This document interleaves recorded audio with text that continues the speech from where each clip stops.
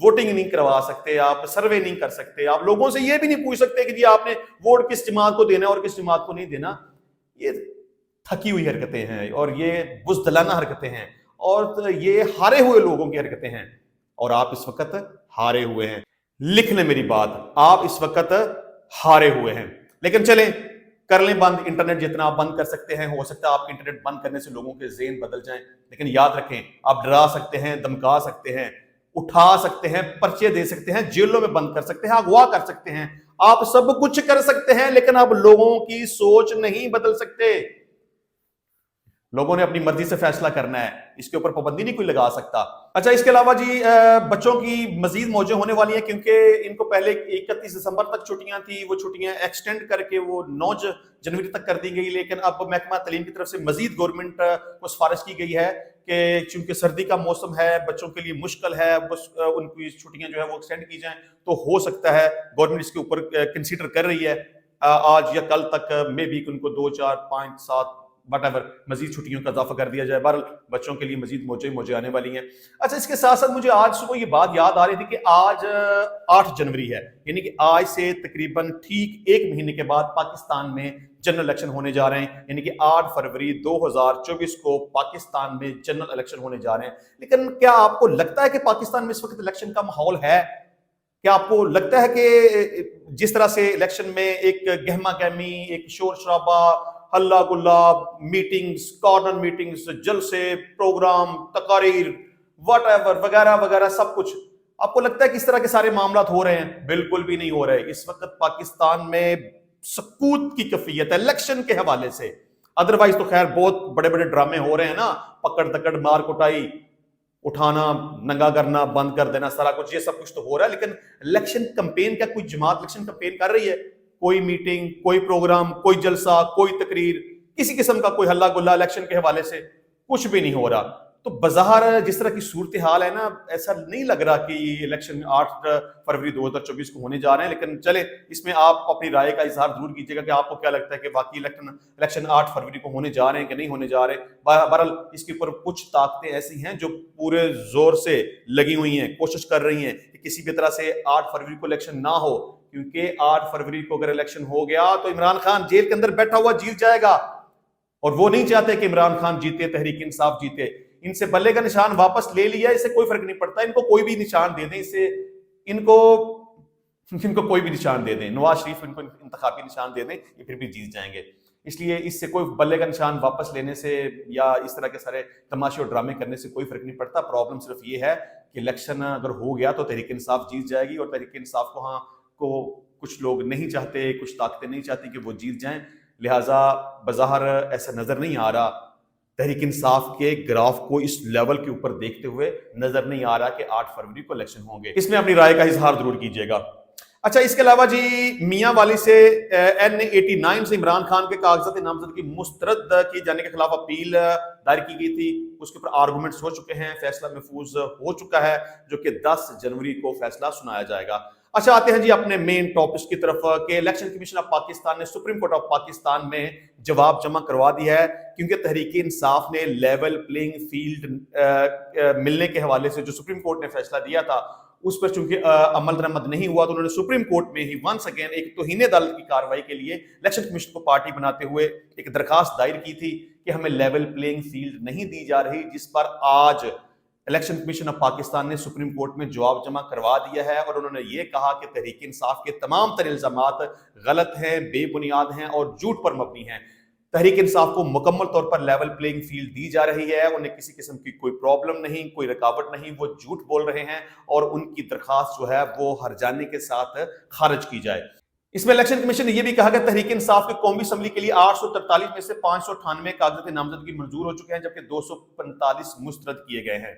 اس طرح صوبائی اسمبلی کے لیے تحریک انصاف کے 1777 میں سے 1398 کاغذات منظور اور 379 کاغذات مسترد کیے گئے ہیں. انہوں نے کہا کہ تحریک انصاف کے 76.18% کاغذات نامزدگی منظور کر دیے گئے ہیں، لہٰذا لیول پلینگ فیلڈ سے متعلقہ تحریک انصاف کی توہین عدالت کی کارروائی جو سپریم کورٹ میں زیر سماعت ہے، جس میں جواب جمع کروایا گیا ہے، الیکشن کمیشن کا یہ کلیئر موقف ہے کہ تحریک انصاف کی درخواست غلط، بے بنیاد اور جھوٹ پر مبنی ہے، لہٰذا اسے ہرجانے کے ساتھ خارج فرمایا جائے. اچھا جی، آ جاتے ہیں اپنے دوسرے ٹاپک کی طرف کہ آئی جی جیل خانہ جات فاروق نذیر کا ایک موقف سامنے آیا ہے، جس میں انہوں نے یہ موقف اختیار کیا ہے کہ عمران خان کا جو آرٹیکل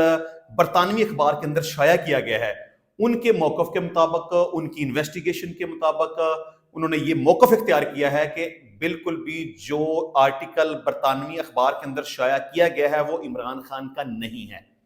انہوں نے کہا کہ ہم نے اپنی پوری طرح سے اپنی تحقیق مکمل کر لی ہوئی ہے۔ انہوں نے کہا کہ جیل کے اندر عمران خان کو کسی قسم کی کوئی اس طرح کی کوئی سہولت دی نہیں گئی، نہ ان کے پاس کوئی پیپر ہے، نہ ان کے پاس کوئی پینسل ہے، نہ ان کو کوئی ایسی سہولت پرووائڈ کی گئی ہے کہ وہ کوئی مضمون لکھ سکیں، اور ہم نے اپنی مکمل طور پر تحقیق کر لی ہوئی ہے۔ عمران خان کے پاس ایسی کوئی بھی ان کو سہولت میسر نہیں تھی، اور نہ ہی ان کی طرف سے کوئی لکھا گیا ایسا مضمون جیل سے باہر نکلا ہے۔ انہوں نے کہا کہ اگر اس طرح کا کوئی مضمون لکھا جاتا اور جیل سے باہر نکلتا تو اس کے اوپر کوئی بڑی کارروائی ہوتی۔ انہوں نے کہا کہ محکمہ جیل کے حکام نے تحقیقات کی ہیں جس میں یہ بات سامنے آئی ہے کہ مضمون تحریری شکل میں اڈیالہ جیل سے باہر نہیں گیا۔ جیل حکام کا موقف ہے کہ عمران خان سے ملنے والوں کا مکمل سکین کیا جاتا ہے، یعنی کہ جیل حکام کے مطابق آئی جی جیل خانہ جات فاروق نذیر کے مطابق، ان کی انویسٹیگیشن کے مطابق، جو کہ آج تقریباً 4-5 دن بعد ان کی آئی ہے، میں سمجھتا ہوں کہ اگر اس طرح کا کوئی موقف تھا، اس طرح کی کوئی بات تھی تو یہ بات بہت پہلے سامنے آ جانی چاہیے تھی۔ اب جب پوری دنیا کو اس مضمون کے بارے میں پتہ چل گیا، وہ آرٹیکلز لکھا بھی گیا، جیل سے باہر بھی چلا گیا، برطانوی اخبار نے اس کو شائع بھی کر دیا،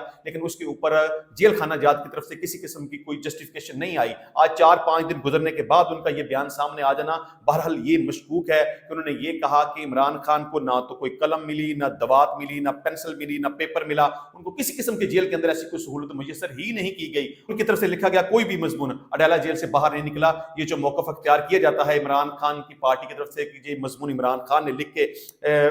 بھیجا اور برطانوی اخبار نے اس کو شائع کیا، یہ غلط ہے اور جھوٹ پر مبنی بات ہے۔ عمران خان کی طرف سے کوئی بھی خط، کوئی بھی مضمون نہیں لکھا گیا، اور یہ جو کہا جاتا ہے کہ عمران خان کا لکھا ہوا مضمون ہے وہ غلط بات ہے۔ آئی جی جیل خانہ جات کے مطابق جیل سے کوئی خط نکلا بھی نہیں، اور جتنے بھی لوگ عمران خان سے ملاقات کرتے ہیں ان کا بھی مکمل طور پر سکین کیا جاتا ہے، لہذا جو خط الج کیا جاتا ہے کہ یہ عمران خان کا ہے وہ عمران خان کا نہیں ہے، کیونکہ اڈیالہ جیل سے کوئی بھی خط عمران خان کا تحریر کردہ جیل سے باہر نہیں نکلا۔ انشاءاللہ ملیں گے نیکسٹ ٹائم نئی ویڈیو میں نئے ٹاپک کے ساتھ، تب تک کے لیے اجازت دیجیے، اللہ حافظ۔